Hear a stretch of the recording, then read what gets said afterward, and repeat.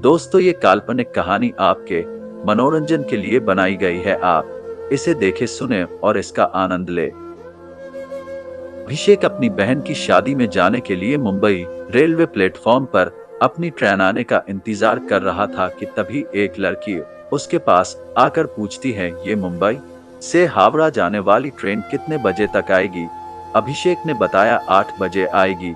वह लड़की फिर वही प्लेटफॉर्म पे ही बैठ जाती है और ट्रेन के आने का इंतजार करने लगती है। थोड़ी देर बाद रात के 8 बज जाते हैं लेकिन ट्रेन नहीं आती है। अभिषेक काउंटर पे जाके पूछता है कि ट्रेन अभी तक क्यों नहीं आई, तो काउंटर वाले अभिषेक को बताते हैं कि घना कोहरा होने के कारण ट्रेन थोड़ी देर से पहुंचेगी। अब अभिषेक उस लड़की के पास जाता है और कहता है, घना कोहरा होने के कारण ट्रेन थोड़ी देर से आएगी।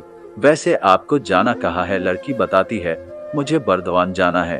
और अभिषेक ने बताया, मैं कोलकाता जा रहा अपनी बहन की शादी में। दोनों ट्रेन आने का इंतजार करने लगे। दिसंबर का महीना था और ठंड काफी अधिक थी। अभिषेक ने देखा कि वह लड़की ठंड से खुद को सिकोड़ रही होती है।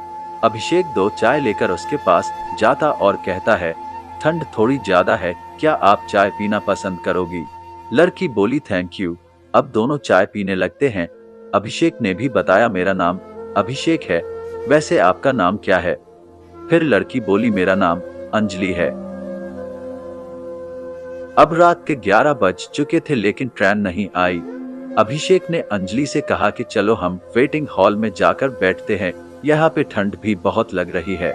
दोनों वेटिंग हॉल में जाकर बैठ जाते हैं। थोड़ी देर बाद अंजलि सो जाती है।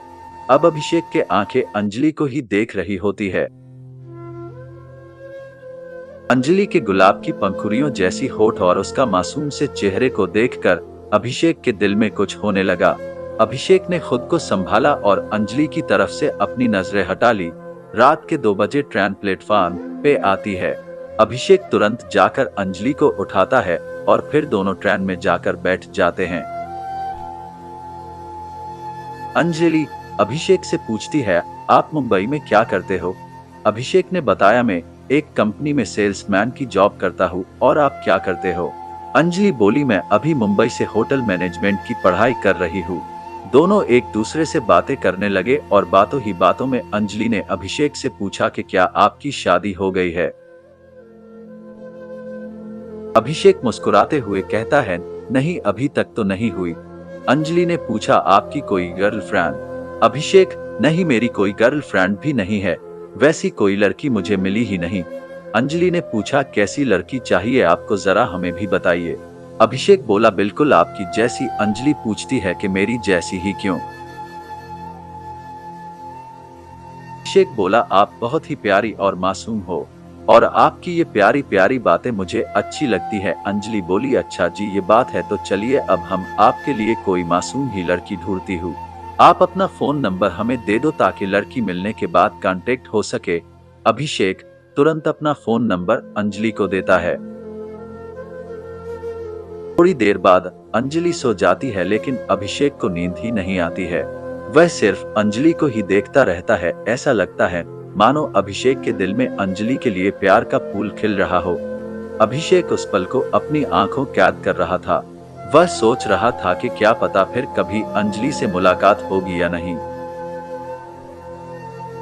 अब सुबह हो गई थी, ट्रेन बर्दवान पहुंचने वाली थी। अंजलि अभिषेक से कहती है, मेरी मंजिल आ गई, अब मैं चलती हूँ। अभिषेक को थोड़ा उदास हो जाता है। उसे ऐसा लगता है कि कोई अपना उसे छोड़कर जा रहा है। ट्रेन बर्दवान स्टेशन पे रुकती है और अंजलि मुस्कुराते हुए अभिषेक को अलविदा कहती है। अभिषेक ट्रेन की खिड़की से अंजलि की तरफ देखता है। अंजलि भी अभिषेक को आखिरी बार पीछे मुड़कर देखती है। उसके दिल में भी अभिषेक के लिए कुछ फीलिंग्स थी। ट्रेन अब स्टेशन से चल पड़ती है लेकिन अभिषेक अभी भी अंजलि को ही याद कर रहा था। कुछ समय बाद अभिषेक के फोन पे एक मैसेज आता है जिसमें लिखा था, तुम्हारे लिए लड़की मिल गई, उसका नाम अंजलि है और ये उसका फोन नंबर है। अभिषेक ने तुरंत उस नंबर पे कॉल किया और अंजलि ने कॉल रिसीव किया। अंजलि ने कहा, तो लड़की कैसी लगी आपको? अभिषेक ने कहा बहुत अच्छी लगी। अंजलि ने कहा तो शादी करना चाहोगे? अभिषेक बोला जी बिल्कुल करना चाहूंगा। अंजलि ने कहा तो आ जाइए बर्दवान। अब मानो अभिषेक के खुशी का ठिकाना नहीं रहा। उसे उसकी सपनों की रानी जो मिल गई थी। अभिषेक घर पहुंचने तक अंजलि से ही बातें करता रहा।